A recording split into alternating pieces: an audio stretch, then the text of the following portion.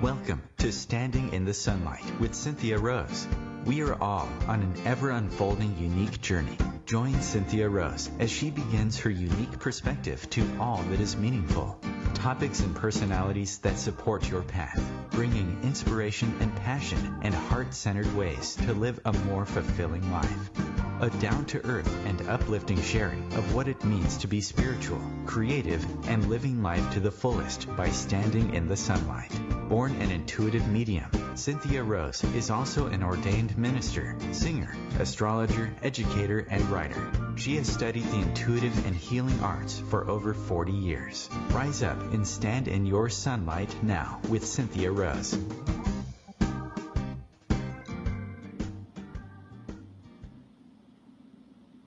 Hello, good morning, good afternoon, good evening, good night, wherever you are in the world. I'm Cynthia Rose McCaw, host of Standing in the Sunlight, and I'm happy to be here with you today on this Sun and Moon in Gemini day, a great day for communication. You can connect with me on Facebook at Cynthia Rose Medium, and there is a Cynthia Rose Medium group where you can interact. You can please subscribe to my YouTube channel and listen in to this show after if you want to hear it again. And there is also CynthiaRoseMedium.com where you can find out more about me. Today, I'm wearing my hat as an interviewer, and I'm going to be bringing to the show here Kasey and Brad Wallis, who are renowned speakers, global workshop leaders, and facilitators of consciousness, and why we are here. Kasey and Brad have been interviewed on over 400 media outlets. They've been featured guests on TV such as CNN, Fox News, NBC, and ABC, as well as on radio, like here on OMTimes. They do Telesummits podcasts and key speakers at consciousness expos. So since Brad's near-death experience, they've both been conduits, can't talk today, for this Gemini moon, for an advanced intelligence named Julius, a higher light teaching group who offers messages of empowerment and enlightenment for humanity. For over 10 years, the Wallaces have been inviting people worldwide to embrace their true limitlessness. And without going into, I'm going to invite, I think Kasey and Brad are on the line and they can tell you more. Hello. Hey, Cynthia, how are you? It's great to chat with you again, Cynthia. I hope you're well. Yes, I'm having a fantastic day. As usual, I started with a beautiful, having a coffee and sitting out in the garden and watching the birds, and it's just been a wonderful day. Yeah, that's great. That's great. For your listeners, we had the opportunity to meet you in person in Colorado, and just had such a lovely time getting to know you and your lovely husband. And so we wanted to thank you again for inviting us on your show. It's always an honor to be on these types of interviews. Yes, and I'm excited to hear more about this. I thought maybe we would start also with just sort of take us back to the beginning and how Julius came to be, or just give us a little bit of background here. Yeah. Well, Brad and I were very average people. I guess we're all extraordinary people. That's true. But we were living completely different lives at that time. I was a hairdresser, and Brad owned a construction company. My oldest daughter had gone to work for Brad about 6 months. She'd been working for Brad as secretary in his office.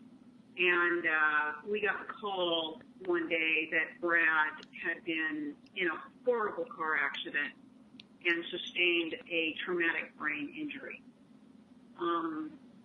Kimberly and I became the facilitators for Brad's care for the first year. He didn't have anybody that could help him get to his doctor's appointments, get into therapy sessions and things like that. So Kimberly, that's how our relationship actually kind of started. Yeah, I was learning how to walk again and how to talk again. It was kind of like starting all over. Yeah, he was like a big baby, like a kind of a 5-year-old at that time, learning to get his brain back working. And the challenges of rehabilitation for anybody out there who's had to go through any of that, or care for anybody who's had to go through any of that, is very, very challenging. But it also helps to begin to create, in our case, a very close bond and a very deep understanding of each other. During that first year of recovery, they were trying all different types of medications to help stimulate his brain, to help quiet his brain, to activate, glandular activity and things like that. And one of the prescriptions was a very, very powerful sleeping medication. And Brad was really struggling with that medication. It was very addictive. Sometimes it would knock him out for very long periods of time, longer than what he was supposed to. And one night, Brad overdosed on that medication. About 7 p.m. that night, Cynthia, I got an intuitive hit at home that something was wrong. And we absolutely had to go see Brad. Obviously, he wasn't answering his phone. Something was desperately wrong. It was in the middle of winter. It was January. It was snowing outside. We headed up to the mountains where Brad's house was. And so you were already connected to him in a sense, weren't you? We were. Yeah. And when we got here, he was unconscious and non-responsive, so I started CPR on Brad, what we called the emergency team out. And that's when Brad left his body, left this realm, and had this extraordinary near-death experience. Yeah, I had what I tell people was a picture-in-picture type of experience. I was watching what was going on here on this earthly realm of existence, and I also was at the same time right in the midst of conversation with the group we now know as Julius, and they were explaining to me what was going on, how we had shared many lifetimes together, how I had been their teacher in past lives, and of course they asked me if I wanted to come back to this realm of existence, and I tell them I negotiated with them, but they agreed to come back with me because, first off, nobody was ever going to believe the story that I was telling, and I certainly knew I was coming back to the body that I had just left, and it needed a lot of help. And so they agreed to do that, and they told me that they had already talked with somebody else and that we would be spending the rest of our lives together. And so this is now what we do. Yeah, Brad woke up in the hospital after we were told he wasn't going to make it, and I started trans-channeling Julius back to Brad, and then that's how this whole crazy relationship got launched. And I just wanted to ask you, Brad, there was, my experience of the other side is really that there is no fear. And how was your state of mind? Were you ever afraid? Was it ever an issue? What was your emotional state? No fear whatsoever. It was just complete love and understanding, very calm, quite peaceful, very, very beautiful, actually. But loving is a very good word for it. And I really appreciate you sharing that, because I really am trying to let people know that the other side is not a scary place. I've just never talked to anyone on the other side who's ever said, I'm trapped and it's scary or anything. There is so much love that I feel from the other side. And so I really like to point that out when that comes up with people sharing that experience. I've never had anyone with a near-death experience say to me, I couldn't get out of a terrible place. They might have mental things that bothered them, but I've just never had that. So I really appreciate you sharing that. Yeah, I certainly did not experience that. I as well, in talking with people that have had that experience, they reiterated that same experience. Yes, it's a deeply emotional experience because out of physical embodiment, you feel your emotions and experiences your emotions far deeper, far larger, and far more intense capacity when you're non-physical than when you are physical. So it can seem somewhat overwhelming, the experience, but usually the emotions that you are feeling are full of light and love, not any type of limitation. Yeah, thank you for that. So you were starting to tell us a little bit about how you began to connect. So Brad has the experience of connecting with Julius, and you also connect. So how did that come about where the two of you realized you had the same group? Well, I think Julius was utilizing me. You know, given if we talk just a moment about the scientific application of a brain injury, there's all kinds of symptoms that go along with that. One of them is hearing voices. It's one of the things that you go through with a medical diagnosis.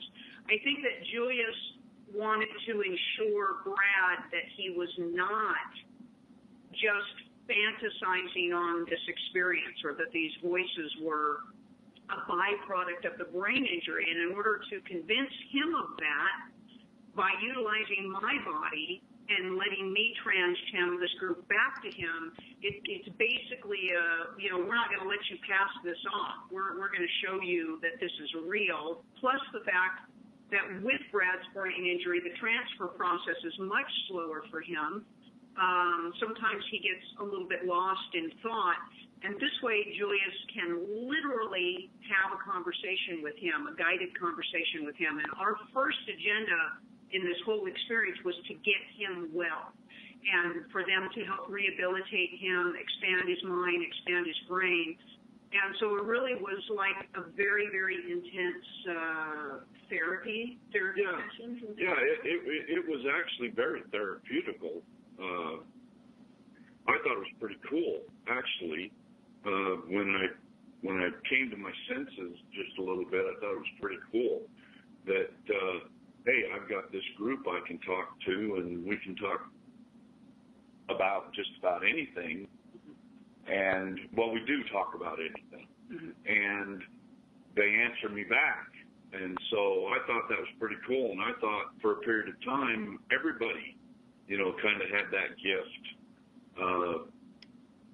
But come to find out, not everybody has that opportunity.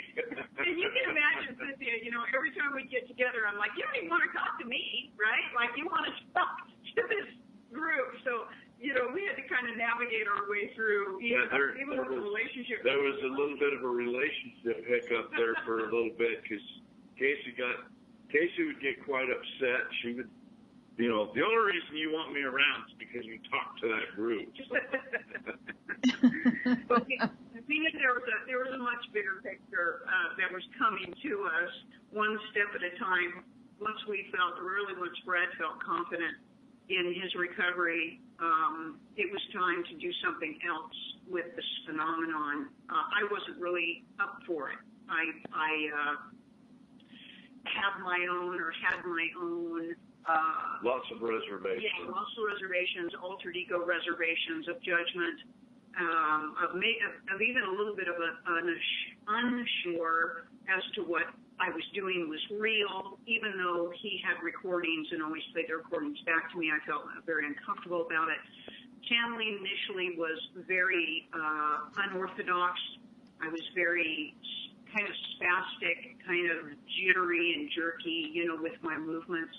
The energy was so powerful, it would leave me exacerbated and feeling ill and have a headache afterwards. So we had to really navigate our way through the energy transfer for the first couple of years. Now it's very seamless. It's a wonderful collaboration that, with all of us cooperating with our intention to bring it forth, has worked out really well. Okay, yeah, I was going to ask you how that came to be for you, and what made you finally decide to surrender to this, Kasey? I think the value of the message, Cynthia, like with you, all of it, like I know that for you as well, we have these incredible intuitive gifts that are, they're really a gift. They really are. Once we get our own alter egos out of the way, it really is a wonderful, wonderful journey to be aiding others as well as ourselves in expansiveness of love and empowerment and possibility. Really, what's better than that? And so once again, stepping out of totally, what's in it for me, but really the collective that we are all one. This is a rising of consciousness for humanity. It's really a call to arms. And whether you are brave enough, to stand up there. Both Brad and I have pretty strong personalities and pretty fire sign abilities. But the honest truth, when it came right down to it, was I didn't want to. And Brad said, we have to do this. We've done this many times before. It's his driving force, really, that is the collaboration with Julius. And I finally decided that it was really just an honor to be along for the ride. Yeah, that's what seems most people say is it's just, it sounds like though you both went through a different kind of emotional surrender and found each other at the same time, which is beautiful. Yeah. Yeah, the emotional side, it certainly is a roller coaster. When you tell people that, you're in the spirituality business, they kind of get that look on their face, especially here in Utah. Well, actually, it's owning it, isn't it? I don't know for you personally, Cynthia, although I probably have a little bit of a feeling. When people ask you what you do for a living, how long you hang on to a mainstream identity. I'm a hairdresser, to most people. And then when I'm finally willing to say that I do this extraordinary channeling collaboration with a group of consciousness beings to expand the unity and empowerment of everybody, and they go, what? Like, what do you do? Wow, But it's kind of getting to the point of owning that, too. Sometimes I just ask myself, oh, my God, how long do I want to have a conversation with this person? I'll just throw the Reader's Digest version down and tell them I'm a hairdresser, and that's the end of it, because that's pretty low-key. But then we get here. Okay, so we're going to take a short break. Stay with us. Go grab a glass of water. It's good for you. And we'll be back with Kasey and Brad Wallis. See you in a minute. Your conscious lifestyle on steroids. OMTimes Radio. IOM-FM. OMTimes magazine is one of the leading online content providers of positivity, wellness, and personal empowerment. A philanthropic organization, their net proceeds are funneled to support worldwide charity initiatives via Humanity Healing International. Through their commitment to creating community and providing conscious content, they aspire to uplift humanity on a global scale. Connect at omtimes.com. OMTimes, creating a more conscious lifestyle. Hello, I'm Sandy Sedgbeer, host of OMTimes magazine's flagship radio show, What is Going On? My passion is sifting through information, research, and innovations from new thought teachers, speakers, and researchers pushing back the boundaries of what we know about life, energy, metaphysics, and the universe. I love shifting perceptions about who we are, why we're here, and how quickly impossible becomes normal when we open our minds, expand our awareness, and accept that the only limits that exist are those we place upon ourselves. So if you're the kind of forward-thinking, eager investigator of what lies beyond the current reality that most perceive, why not make a date to come play with me in the field of possibilities at 4 p.m. Pacific Time, 7 p.m. Eastern Time every Thursday, and together we can discover what's really going on. Hi, I'm Danica Patrick. Watching my nieces grow, play, and learn is amazing, but not every child gets to be carefree.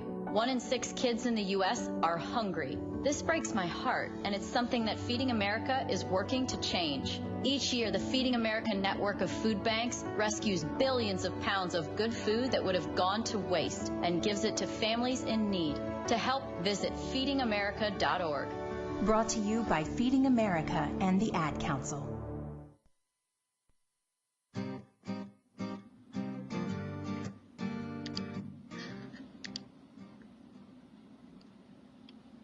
Okay, we're back. And so now, I don't know whether we want to go in and talk about the things you're offering in the last section. In this section, do you want to give us some of Julius, or do you want to, would you like to just talk about what you do with Julius? How would you like to do that? Whatever you'd like. We love to give your listeners all of those options if there's enough time.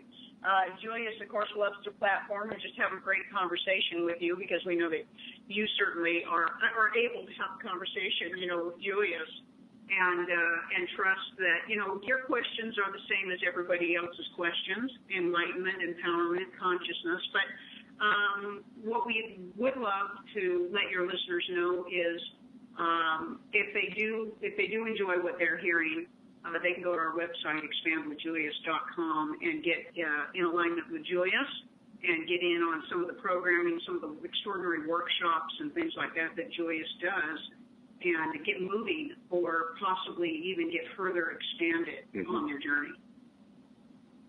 Sure, and also just for the listeners, even if you're hearing this in the playbacks or on iTunes, they'll still honor the free gift if you've been listening. That is also tagged on the show page. So just remember that if you're hearing this as a replay, that they're going to honor the free gift. Just click on that link as well, right? Yeah. Yes. Yeah, absolutely. Okay. All right. So whichever, if you want to, I don't know if you want to invite Julius in, or you want to just, I leave it up to you. Let's invite Julius to come play with us. How's that? Sure. So what is it you would love to talk about? What is your favorite subject? What are the things that you dream of and the things that you desire to do, Master? Well, I'm always trying to serve in a better way and just keep evolving and serve in a better way. And I'm very much like you about wanting to help create more joy and more happiness on the planet, because I see a lot of suffering. There is a lot of suffering, Master, and it is all in the perspective of fear. It is the low conscious application. It is what happens when dimensions transfer themselves down into realms. For a realm is a dimension that has become governed by fear, and so those traversing on a realm are embraced and saturated in a fear-based perspective shield, if we say. That's where all pain and suffering, illness, chronic conditions, and aging occur. But what is miraculous about this whole process, Master, is that you as a light being are only in a temporary illusional state on this realm. You have only temporarily gone through amnesia and forgotten yourself as the light, and embraced the concept of individualism or humanism. But you can work your way back to your remembrance, and when that occurs, pain and suffering disappears. That is a truth, and that is fantastic news, you see, because that means that you are creating your realities based on your perspective. Whether your perspective is of the physical or whether your perspective is of the light is up to you and your journey and your choosing. We are here to open up the space of awakening for you so that you may know yourself as the light. So in traversing on the realm, you are more accessible to the dimensional possibilities, which unleash your empowerment through demonstration and inspire all others to do so as well. Yes, I agree. And could you maybe speak also to there are many people that are trying to manifest and create a life from their self versus also trying to find a place of service. If you could speak, as we do create our own path where we are, where's the line between the service and the self? If you have anything to say about that. When we say you serve yourself, Master, that's what we say. It is extraordinary. For every step or every light that you turn on, you illuminate your own light even brighter. That is a truth. It is quite the selfish act to awaken and expand because you are all one. We are all one. And the expansiveness is eternal and immeasurable. You never finish. You never finish. So the drive capacity, the inspiration, the motivation is always within you. That is the soul knowing itself as the all. When one is desiring to be of service to another, the very first step and the most magnificent process is to awaken your own self and be true to that awakening, because you awaken in others who you are. In other words, you teach or inspire through demonstration. You cannot fake this. You cannot study someone else's theory, try to copy it, and then try to market it to someone else. That never works. We always say you start with your own self, but every single step along the way is valuable and useful because there are humanoids here on this realm that are at the very bottom level. And every single nudge expands the whole of consciousness. So anyone who desires to walk in the field of knowing, unleash their empowerment and therefore unleash in another, do so. Set your intention, do your work through your expansiveness and experience even further expansiveness through the touching of another soul. It is the natural process of who you are. If you are driven on this path, you are simply responding to your soul's desires and your soul's conversation. There's nothing else to be doing. Everything actually awakens, even limitation. And so once you know this, joy and fulfillment can finally be experienced and your confusion drops away. That makes a lot of sense. And another thing, I don't think this might be a question for Brad or maybe when Kasey's back, so I'll hold that, maybe see. Now, we were also going to talk about the possibility of talking about R factoring. Mm-hmm. So, Master, what happens when you are physical? Everything here on the physical realm has an electromagnetic gridding system running around it and through it. It is what captures thought and manifests that thought into a physical reality for you. It is the transfer of thought and emotion. It follows the scientific approach of creation or creativity onto the physical, as well as the spiritual approach of knowing that everything comes from thought. So as a physical being, you have a thought matrix grid that surrounds and runs through your physical embodiment. This gridding system holds and captures and locks into place your dominant perspective. In other words, the way you see things, your attitude, your feel or state of consciousness. And for most human beings, that sits in fear, limitation, pain, suffering, sadness, and depression. When somebody begins a conscious journey, or perhaps is even very advanced on their conscious journey, and they find themselves always seeming to hit a ceiling, there's a point where they bounce back. There's repetitive patterns that they cannot seem to break through.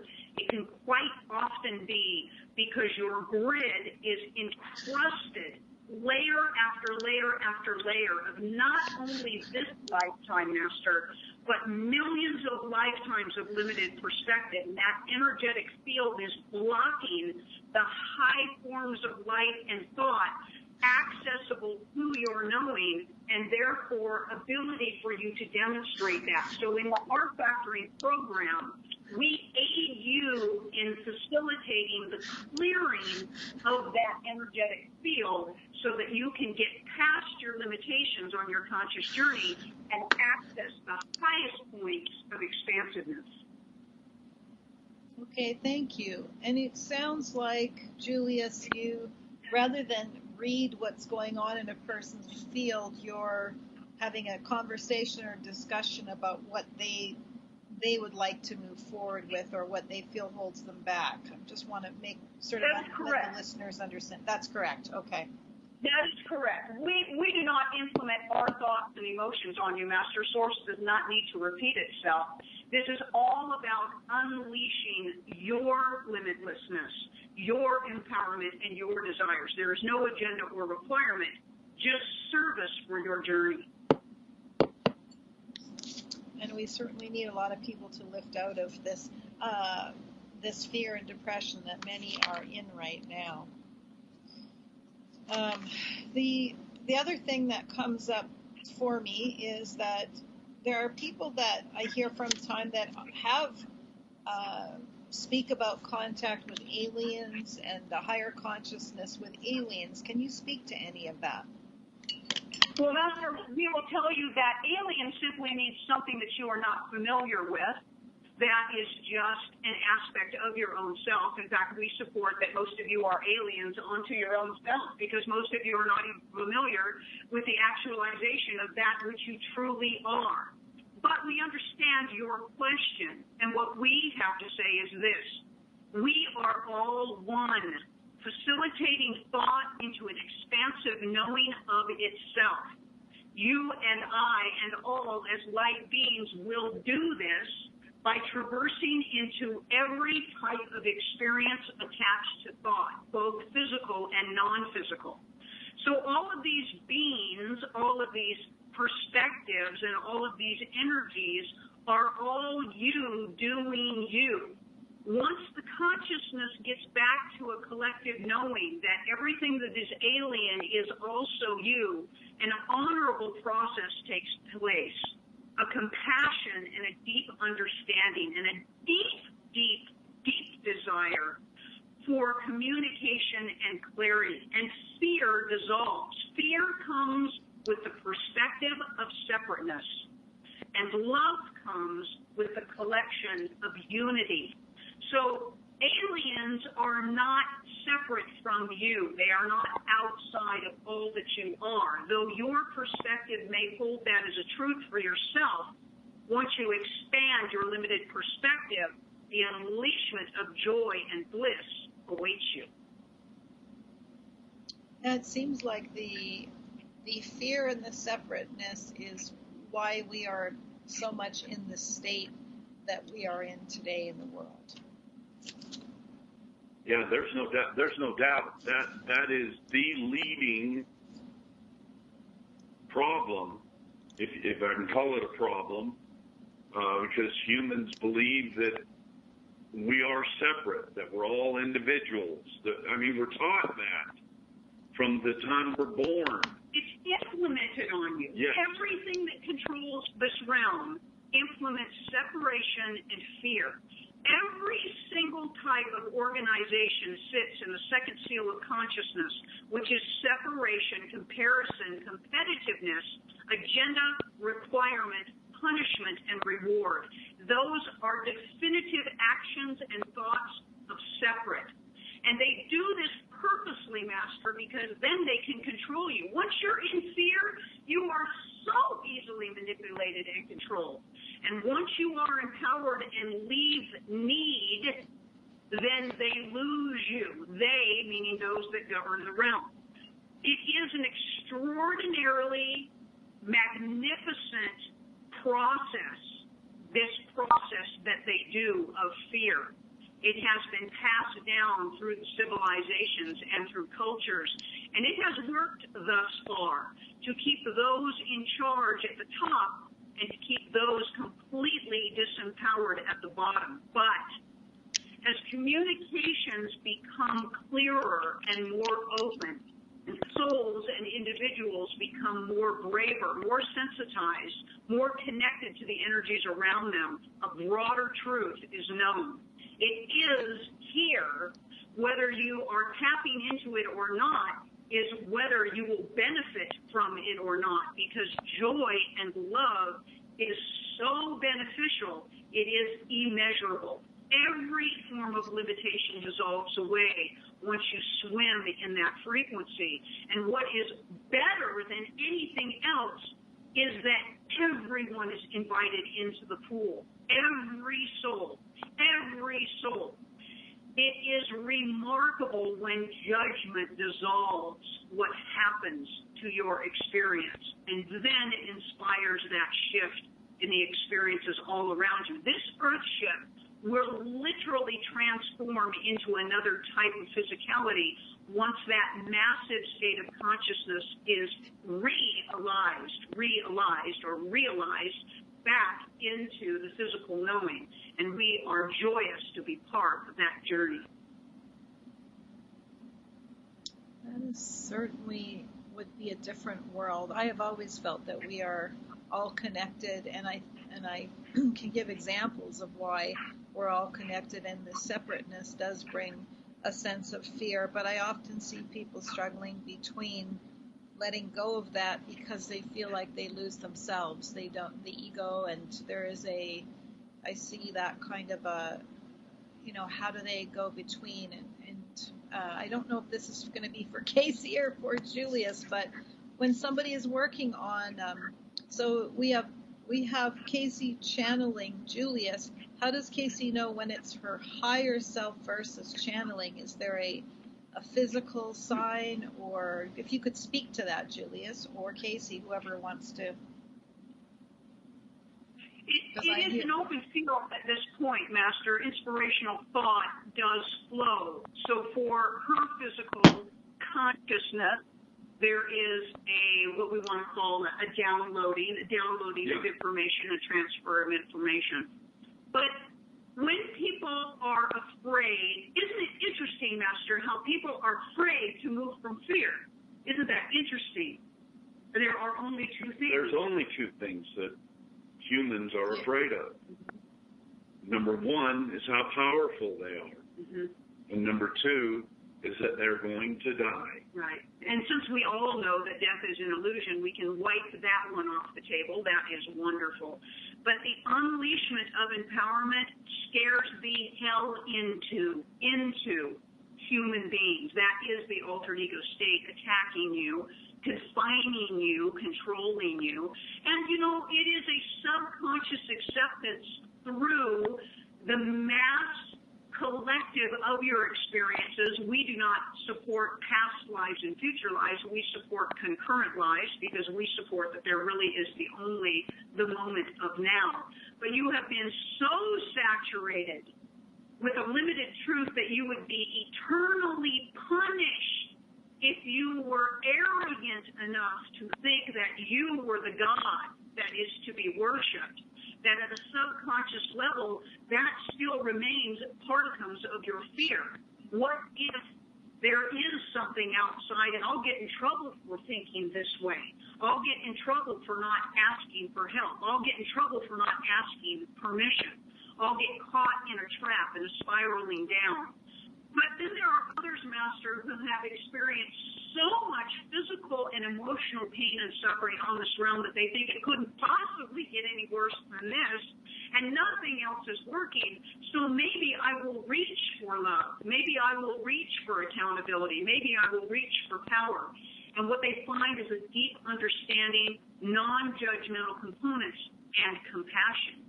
And then even the physical life becomes heavenly for them, becomes fulfilled and satisfied, and they know that even more awaits them. But it is a brave walk, it is, but the feelings become your truth. Truth is the way something feels for you. That's how truth works. It's not something that's proven. In fact, truth is very late to a knowing. So when you are feeling this magnificence, when you are feeling the joy, when you are feeling the healing, that usually then becomes your guide. Taming the altered ego back down to the ego state, loving it and honoring it, also tames that fierce beast within you, and they end up enjoying the ride as well. That is a really important point, because I think we can get caught in a dance of trying to not have an ego, which means we're caught in the ego, and it's completely 180 degrees from the way we see it, is how I try and explain it.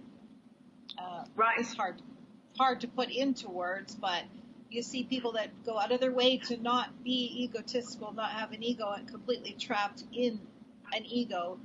It's like this whole, we have to embrace all of who we are and love all of ourselves if we're going to move forward. We can't say we love all of ourselves but not our ego, because we've just created a separation, right? Right. Well, we support Master. We want to, if we can state for just a moment, the difference between the ego and the altered ego. The ego and the altered ego. So when you came into physical embodiment the very first time, you danced on this realm with absolutely no fear. There was no ego involved in any way, shape, or form. You were blissful. You were fully connected to the knowing that you were source, and you lived for very, very, very long lives, very long lives. But eventually, most of you lost your first physical life due to environmental conditions.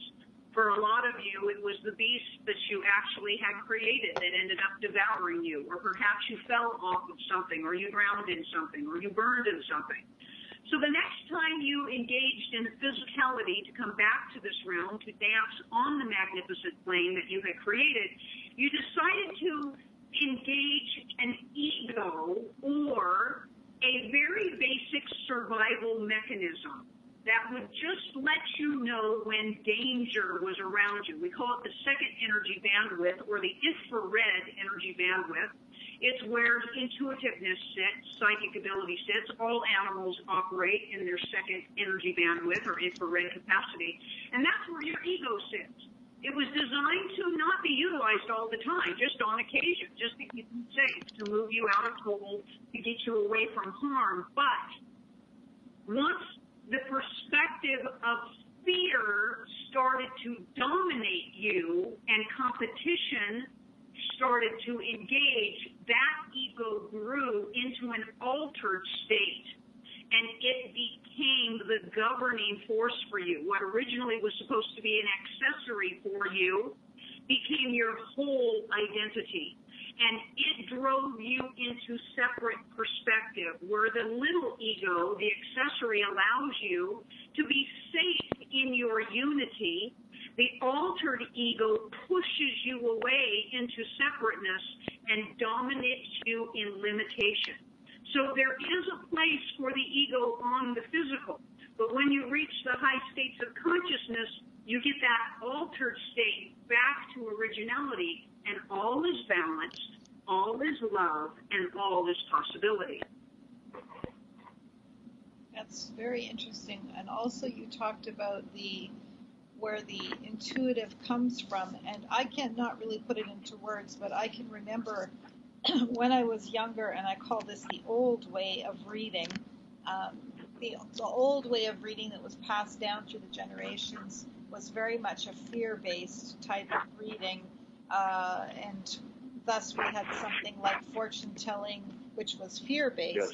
However, a lot of people were very accurate, and I talk a lot about that with my students, about that kind of reading. There's another kind of reading where it's just coming from a loving place, and we can still see the potential, but where would you place that in your matrix, or how you would explain that? That's the bandwidth, Master. So that's in the conscious awareness state, and up near the light blue bandwidth. There's Hertzian, there's infrared, there's visible light bandwidth. So it starts to hit up into the visible light bandwidth. So you are correct. Your states of consciousness expand all of your knowing further and further into love and authenticity. That is really just what you said. It can become very confusing, because just because someone someone can run or feel a predicted state for you does not mean they're of high consciousness, okay? Because that intuitive boundary is very low consciousness, and that does become very confusing for people. We say it is very easily identifiable when you are having a conversation with someone and their prediction or their insight for you is extremely limited. It is of a low conscious accessible gift and state. If it has unlimited potential, it is of a higher state of consciousness. I would agree with that, and that makes it that's the difference between seeing what someone carries in their field and seeing fortune telling, that which is so outdated and just is fear-based. And I would run 1,000 miles from it. Seeing it, I would say it doesn't bring the soul into the picture at all. So yeah, unfortunately, we do not agree that it's outdated, for it is all in the moment of now. But it is not useful. That is the truth. It's become not useful for those who are on a conscious journey. There's still a place for it on this realm of existence, and there is a place for certain people that pattern their lives according to it. Mm-hmm. But they will eventually expand. That's the purpose of it. To show those that there is more. Right, because when you go from somebody else being the complete dictator of your life through their theories and their concepts, where you are not supposed to have any of your own thoughts. You are not supposed to listen to what comes from within. That's the devil talking to you. And they can mind control you into blindly following. And you start to get hits, okay? And in many, many, many cases, they begin with hits of fear because you're in a fear state of consciousness, but they're hits nonetheless, okay? That is a movement. It's a movement, okay? Now, you are correct that unfortunately a lot of this ends up serving more of a fear-based, paranoid, worrisome action, but it moved you, okay? And the initiative is to keep moving. There's more. There's more. There's always love. Love is the ultimate. And so it does serve a purpose. When you are fear-based, a very, very small movement is going to still be in fear. It's going to still be in fear. Hopefully a little less fear. Then you're going to be able to start leaping. So we love and honor everybody's step in consciousness because we are all source and we cannot have a disgust for our own self in any concept. But it helps to explain with some clarity for those listening to your show and for those mastering the pathway for themselves to understand why all the stuff is out there, the good, the bad, the up, the down, the back, the forth, and where it's going. It's moving you from aspects, stages, and phases of fear-based consciousness, Master, in the highest stages and phases. So we must love them. But we will inspire movement beyond them. Yeah, that's great. Thank you for that, explaining that. I don't know if we want to bring Kasey back now and talk a little bit more about your workshops and what you're doing. And so I see we have just about 8 or 9 minutes left. Thank you, Julius. Thanks, Cynthia. Thank you. We offer programming for people who are really finally ready to make some real commitment on their path, where they really want to unleash their gifts. They really want to hang with the cool group, right? The cool kids. We offer 2 courses a month, 2 live courses a month. We have academy memberships where members can have access to Julius more on a private nature beyond the courses. We have this incredible R Factory workshop that is being launched worldwide now that seems to be aiming everybody even further. Yes. How's their limitation? Yes. We have free shows every month. In fact, we have one tonight. If your listeners want to go to expandwithjulius.com and tune in, we offer a free show where you can intermingle with Julius a little bit.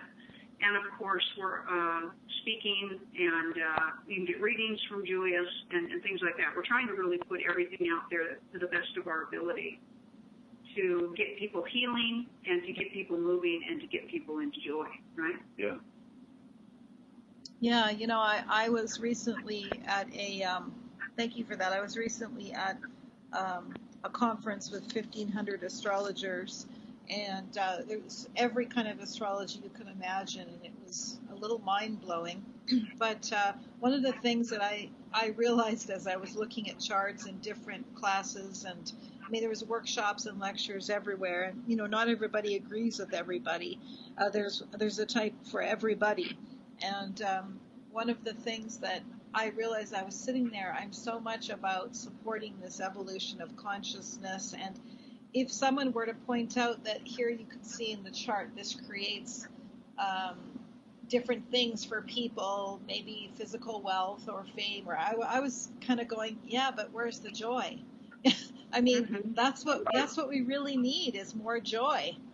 And it seems to be that it's the one thing that everybody wants. I think that's what many people are searching for, is that joy and is that freedom from, and just as you said, the limitations, thought forms that people have. You can move out of it. You can move out of it, no matter how hopeless you are. You know, if you're feeling hopeless, don't give up, because you can. So all the answers are in joy. All the answers are in joy. It's where your inspiration comes from. It's where your connections happen. It's where the healing occurs. And it's where all your power is. All of your power is. Julius tells us that we are the creators of everything physical as light beings, that a soul is the emotional processor of thought. And so as light beings, we created the universe and galaxies, and so why would you let any of those planets govern you? That's the disempowered version still. They're trying. They're reaching for something beyond religion, but it's still forms of limitation when you think that there's a predictability. And by the time anybody realizes that an alignment has taken place, it is long past. And there's 14 planets in our universe, not 12. So it's a game. It's a fun game. It's a really fun game. Okay? Everybody loves to play in predictability and possibility, and that's perfectly wonderful. And if that brings you some joy, then that is what it is. And if it gets you moving. Yes. But you have to understand that there's more. Yes, there's much more. You're really going to find your joy in your own empowerment, in your own creativity. Julia says you can wait for those stars to align, or you can go get those little bastards and line them up yourself, since you're the ones that put them into place in the first place. But you are absolutely correct, Cynthia. We agree. It's aiding people in accessing their joy, right? That is where all the answers lie. And that's some of where, it's funny, but it's something about astrology that's just kind of like how you have fortune telling. Astrology is such a big umbrella. There is astrology out there, an approach that is very similar to what Julius is saying, where you are basically just tuning into all the energies that are connecting with you and utilizing them. But the common thing is so often for people to see that it is just a tool for prediction, or a tool for, well, I just have this. And there is a movement there, which I'm happy to see, about trying to move out of that into a wider expanse as well, because that is not really what astrology is. It's a limitation when people see it that way, and there is a big movement to expand how we see it, and I agree with that too. So I know we only have a couple of minutes left. And Brad, you're the author of several books. People can buy them. Do they buy them on the website? Do they buy them on Amazon? They can go through Amazon. There's 2 books that are titled What If? Thought-provoking questions. Here, I can't even get the words out of my mouth. And then another book called Far-Reaching Parameters. We are getting ready to launch a 4th book, hopefully by the end of the year, that's going to be titled Who Are You Being? And it's going to be quite intense. But you can purchase those through Amazon. The author name is Kasey Brad. So there's a little bit of a little play on words. Hiding behind our name just a little bit. But the best thing to do is just go to our website, expandwithjulius.com, and you can see all the different things that we do and all the different things that we have available to people. Mm-hmm. It's absolutely amazing. Yeah, check out the videos. We are also on YouTube and also on Facebook. Expand with Julius on YouTube and Facebook. You'll know if Julius feels good to you.